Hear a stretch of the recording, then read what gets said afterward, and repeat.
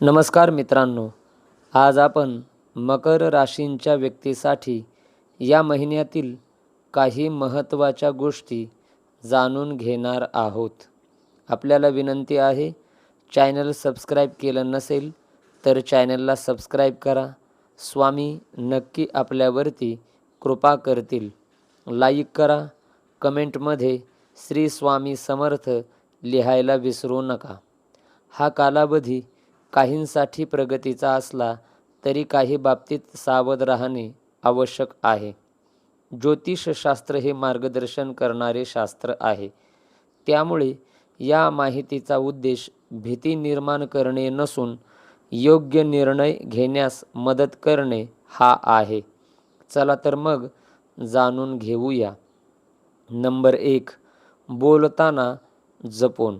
या महिन्यात तुमच्या बोलण्यामुळे गैरसमज होण्याची शक्यता आहे. रागाच्या भरात किंवा भावनेच्या भरात बोललेले शब्द नात्यामध्ये दुरावा निर्माण करू शकतात. त्यामुळे प्रत्येक शब्द विचारपूर्वक बोलला पाहिजे. नंबर 2. आर्थिक व्यवहारामध्ये सावधगिरी. मोठी गुंतवणूक, कोणाला मोठी रक्कम उधार देणे किंवा कोणाच्या सांगण्यावरून पैसे गुंतवणे टाळलं पाहिजे. प्रत्येक कागदपत्र नीट वाचा. फसवणुकीपासून सावध राहा. नंबर 3. नोकरी आणि व्यवसाय. कामाच्या ठिकाणी काही अडथळे येऊ शकतात. वरिष्ठांशी वाद घालू नका. व्यवसाय करणाऱ्यांनी नवीन भागीदारी करताना सर्व अटी तपासून घ्याव्यात. नंबर 4. आरोग्याची काळजी. अपुरी झोप राहणे, ताणतणाव, पोटाचे विकार किंवा सांधेदुखी याकडे दुर्लक्ष करू नका. वेळेवर जेवण, पुरेसे पाणी आणि नियमित चालणे फायदेशीर ठरेल. नंबर 5.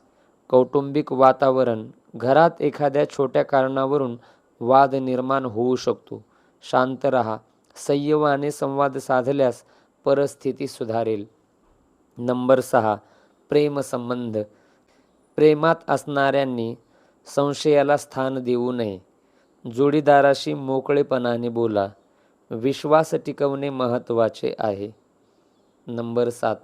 विद्यार्थ्यांसाठी अभ्यासात लक्ष विचलित होऊ शकते. मोबाईलचा वापर कमी करा आणि नियमित अभ्यासाचे वेळापत्रक पाळा.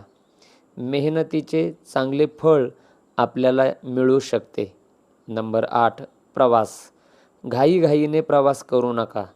वाहन चालवताना वाहतुकीचे नियम पाळा. रात्रीचा अनावश्यक प्रवास टाळणे हे तुमच्यासाठी हिताचे ठरेल. नंबर 9. मित्रांची निवड. प्रत्येकावर लगेच विश्वास ठेवू नका. काही लोक गोड बोलून स्वतःचा फायदा करून घेण्याचा प्रयत्न करू शकतात. नंबर 10. शुभ संधी. महिन्याच्या उत्तरार्धात काही चांगल्या संधी मिळू शकतात. संयम आणि सातत्य ठेवले तर अडचणीवर मात करून यश मिळवण्याची शक्यता आहे. यासाठी आध्यात्मिक उपाय काय करायचे? दररोज सकाळी भगवान शंकराची मनोभावे पूजा करा. ओम नमः शिवाय या मंत्राचा 108 वेळा जप करा. शनिवारी पिंपळाच्या झाडाजवळ तिळाच्या तेलाचा दिवा लावा. गरजू व्यक्तींना अन्नदान किंवा वस्त्रदान करा. ज्येष्ठ व्यक्तींचा आशीर्वाद घ्या. हा अत्यंत महत्त्वाचा आशीर्वाद असतो. आणि महत्त्वाची सूचना लक्षात ठेवा, राशी भविष्य हे सामान्य स्वरूपाचे मार्गदर्शन असते.